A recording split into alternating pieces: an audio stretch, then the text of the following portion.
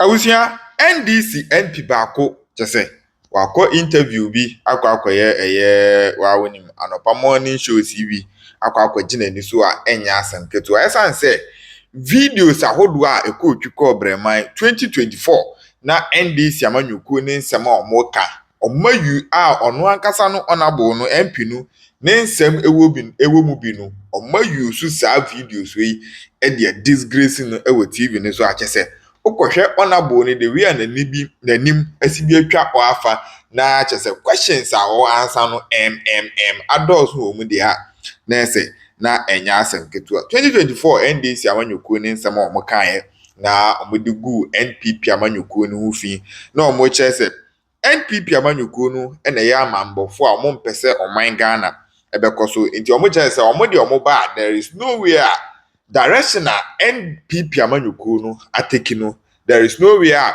mo be follow the same direction kan ya de kosi so say NPP amanyɔkuo no direction no na ma ɔman Ghana enko so setbacks e wo ɔman Ghana mu nyina no ne nyina ne free direction kra NPP amanyɔkuo no ateki then so fast forward 2026 abusia ye nyina nim say nsɛm ahodoɔ a NDC amanyɔkuo no kasati a in opposition no ene die o master ti a omo ye saa nsɛm no gidigidi a enya asɛm ketu ama amanfo a kyerɛ NDC amanyɔkuo ndi ope amanyɔkuo omo set double standards ye omo na eye ade ne dia ene omo hu issue bia with it but if the other party na eye dia ene omo wo so many issues amanfo a kyerɛ NDC amanyɔkuo no ope amanyɔkuo omo ye hypocrite pa dia ene okɔ na uhie omo a sign because omo hypocrisy dia de adware omo enti nsɛm de kyese ebi kɔ so ɛwɔ TV shows ni yie pa honorable na akɔgye n'ani so a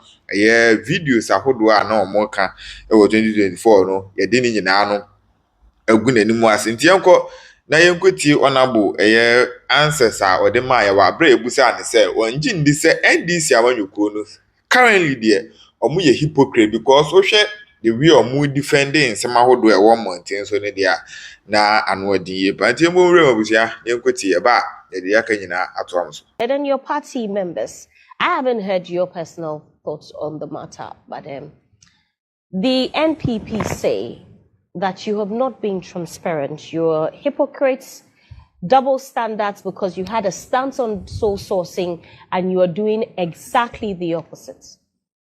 Well, thanks so much. So, good morning to you. Good morning to my colleague Miracle, and then good morning to your cherished viewers. And apologies for my late arrival. This conversation has been on for some time, born out of the statement issued by the Fourth Estate, which statement has also received a response from the minister in charge of the sector. So, why it's true that since the NDC took over, a number of contracts, especially road contracts, have gone through sole sourcing. But it is not true that whilst in opposition, NDC said sole sourcing was not good. No. You see, that is the narrative our colleagues on the other side are trying to push through. Yes, we did bring up a lot of issues about sole sourcing, and we linked it to the fact that most of these social contracts were given to cronies. Most of these social contracts had inflated figures. So we all feel that using that means gives or provides an avenue for all manner of things. But we never said, because it's in our laws. The law provides that in certain instances you need to use sole sourcing. Instances of emergency. So we were in this country when we had COVID. When we were in COVID period, and the NPP then in power had to do a lot of things using sole sourcing, we never chastised them. Because we all could realize the situation we're in. And that is why the lawmakers will always look at things beyond the ordinary. They will make room for some of these situations. And sometimes, when we're campaigning, you realize there were issues about road construction. And just when we took over, Ghanaians didn't take it easy with us. There were demonstrations everywhere. In certain instances, there were even road blockage. Of Franco and Sawam, I remember, the people blocked the road and said nobody would use the road. And so there were times that we just needed to act and act urgently. So the good thing too was that because of the big push agenda, government had already procured the funds for some of these projects. Now, so when you have funds sitting there, you have people crying for roads. People are always on your nerves. Now you have the money, you have the demand. The only thing that was left was whether you should use sole sourcing or you should use open competitive tendering. So the truth of the matter is that we need to find a way of looking at how we go about this open competitive tendering, because sometimes it takes just forever. It takes too long to complete these processes. And when you have a government that has promised to change the face of our road network within a space of 2 years, and you're asking that government to use 1 year or 1.5 years to go through procurement, when even the government has the money sitting there, I don't think we'll be serving our people. And so we never shifted for our earlier position. And so if you followed Governor Aboagye when he was ranking, in fact, at the time we had the then majority leader, Oseche Mensah, we had his constituents demonstrating against him for the poor nature of the Swami interchange. And it was the same Governor Aboagye who said that this road must be awarded on sole sourcing. So it should tell you that we also recognize that there are certain situations that you cannot do without sole sourcing. Okay, let me ask you this, Honorable. You just said now, interestingly, that the president, quote unquote, for the want of a better word, is in a hurry to fix the road problems. Exactly, it was part of the reason. The president, you're a lawyer. I mean, we've seen the act. Sole sourcing is not illegal, but the president's impatience is not a justification to award contracts on sole sourcing basis, is it? So if the president does not have time, that is not a justification to award contracts on so I thought when you were making reference to me as a lawyer, you would have been talking about legality or illegality. But I thought you would be talking about legality there are or exceptions. There are reasons where you can award sole sourcing contracts. Yes. Is the president's impatience one of them? I'm not talking. I use the issue of the demonstrations, the high demand, the deplorable nature of the road. You see, Sewa, most of these you roads are had saying that we want a president who wants to fix. No, you are roads in picking 2 only years, one issue. To use 1 year. You are picking an issue which doesn't even have a relationship. Why didn't you pick the issue of the fact that there were demonstrations by the people for the roads network to be fixed, and some of the roads had been started by the previous government. And you know, say, well, when you start a road and you leave it hanging, most of the contractors have run away. Now, when you leave it hanging, it becomes even worse than the state it was before the start of the construction. You understand? And so that call for that urgent attention to be given to the roads was a call in the right direction, because the roads became they became worse than they were. You understand? So the president needed to act. And you see, the money too had been secured. There was money sitting there. And we could not have waited for 1 year. So it was choosing between the devil and the deep blue sea. And the president said that, no, in this instance, yes, even though we all, and you know, the issue was not about attacking sole sourcing. We never said sole sourcing was bad. We're looking at the fact that... I will give you instances when you said so.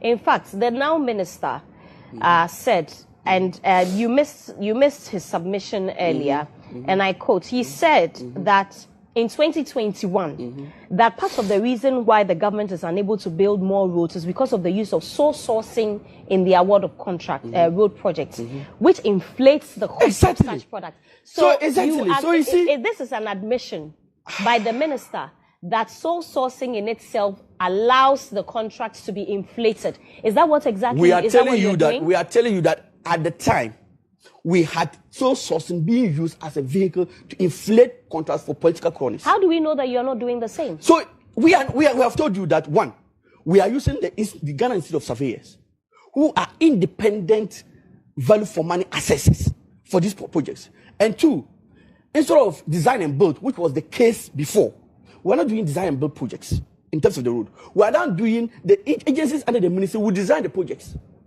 and give you the costing.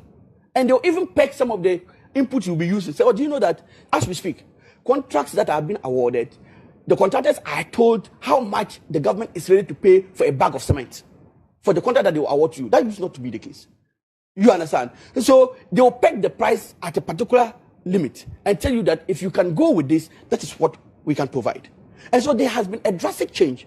And so, like I was telling you, even the same roads minister you have just quoted, when the motorway was initially awarded to a foreign contractor.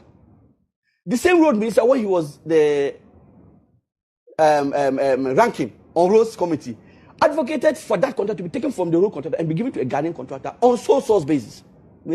So that same person will not be chastising sole sourcing and be asking that a contract be awarded to a Ghanaian contractor under sole sourcing. And so it is not entirely true that we were totally against sole sourcing. We were only against the use of sole sourcing as a vehicle to make the state, one, to inflate contract, two, to give it to political cronies. So, and we're also talking about the fact that that vehicle was now becoming the norm rather than the exception. You see, that if you look at the way it has been provided in our laws, it is not supposed to be the norm. But in the last 8 years of NPP, we saw it rather becoming the order of the day, where almost every contract that was awarded based on sole sourcing. Okay, the minister has said that about 400 contracts have been awarded competitively. Basically. I'm just wondering why none of the details of these, the contractors, their names and whatnot, have not been proactively put on the ministry's website. So, Don't you think that it would have cleared a lot of the... I've not checked on the website. It is not there. The issue I want you to know that the minister, one, is an MP. Two, the minister has been a leader of parliament. He understands the rules of parliament. So he won't come to parliament. Remember, he didn't just make this statement anywhere. He came to the floor of parliament and made the statement. And nobody wet his salt will come to parliament knowing the ramification, the implications of such a statement, and make such a blatant statement knowing that it is a lie. So I can take the minister for his word. We can go further and get those details. But I don't see how a minister of his word, of his caliber, will come to parliament and lie to parliament when that is not the case. You understand? So I am telling you that we had an emergency. We had a situation to deal with. And we are tackling the situation. Do you know that today, the same minority are taking us on for our inability to reintroduce the rule tool? Do you know that? And what is the issue? The issue is that we are going through the open competitive tendering process, and it's taking us over 1 year now to complete that process. The road to in charge of the road to. Just 2 days ago, they held a press conference asking us to fast track that the process was becoming too slow. So that is why we are saying that, in fact, whilst we can be a bit patient, you understand, to wait for these processes to be completed, the people on the Ofanko-Nsawam road will not be that patient enough to wait for all the procurement processes to be completed. The people at Swami Interchange will not be that patient enough. The people on the Winneba-Kasua road will not be that patient. And so we are talking about a situation where sometimes the people do not have the patience to wait for all these processes to be completed. And so we have issues of cost overruns. If you want to wait and finish all the procurement process, which usually will take 12 months, 18 months, chances are you end up even burdening additional costs to the already budgeted figures. You understand? And sometimes you have money sitting there allocated for this project, and by the time you realize, other priorities come to take up those monies. And so the government wanted to make sure that the monies were put right at the areas that they were designated for, which was why the government said that he was linking regional capitals and creating 12 economic corridors. It is a major plan. And so to me, I have the firmest conviction that the government took the right decision. We can look at the percentages. 44% of the awarded contracts so far have been through sole sourcing. Someone may say that is still high, given the posture we put up prior to the elections. That may still be the case. But you see, to me, to have come down from almost 100% to 44%. You have data to suggest or to show that it was almost 100%? We do. The minister has said it. Where's the data? I didn't say 100%. I said almost 100%. Yeah, almost 100% could be 99%. So we are not challenging them. So you have data. We have come out to say that ours has been 44%. So if they have their figure, we should know. If it is 20%, if it is 30%, they should. It was what? So what? I don't have that data, unfortunately, so I cannot. I am telling you, no, I'm responding. Miracle. You let him finish. Janice, let him finish. And I'm responding. Dennis, you let him. I don't This is have 44. That This is 44. Dennis, hold on. Miracle. I have. So it's about it's hold on. Have you seen the 44% data? The fourth estate. was 30%. So do you know that the minister inherited 110 billion debt in terms of road contract from the NPP? And do you know that out of this 110 billion Ghana cedis debt, 100% of it, not even one of such contract was awarded through. Have you seen the data? Have you seen that data? I have not. Okay, so then let's move on. I mean, they lie all the time. They lie about business. But I said that the honorable, minister came to parliament to lie. honorable. But he lies. But the minister himself has lied even caught even in the sole source matter right now. What has he said that? When he gets to my turn, I'll speak to it. You let But finish. honorable, let me ask you finish. this. So Finish. the president at the last SONA, Yeah. just in February, Yeah.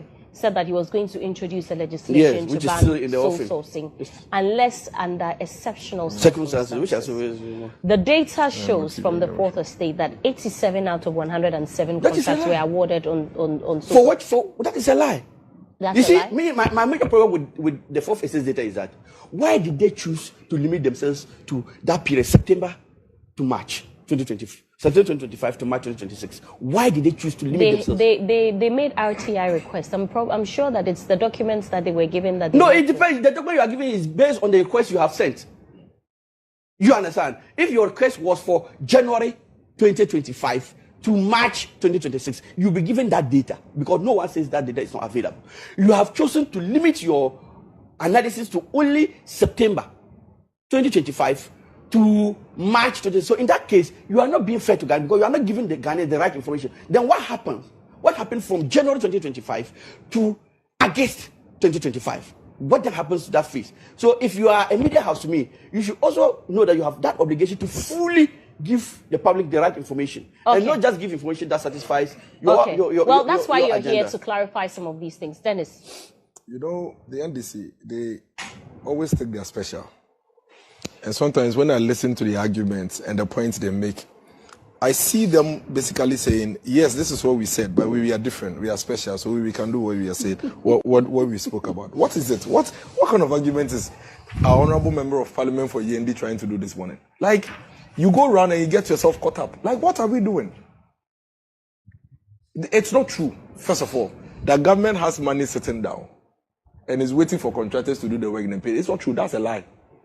And the honorable member of parliament knows that. Go and pick their budget for 2025 and tell me where it shows that government has money. You couldn't even meet all your revenue expectations. You have also told us, honorable, that you are not borrowing, that you are going to use revenue from local sources to execute this project. So what are you telling us that there's money sitting down? Where's the money sitting down? The contractors who are even on the roads, you are not done paying them. Were we not in this country when the president had to make a special intervention for the Pokuase Amasama contractor to be paid? Why are you allowing them to? This is not your fault. No, relax.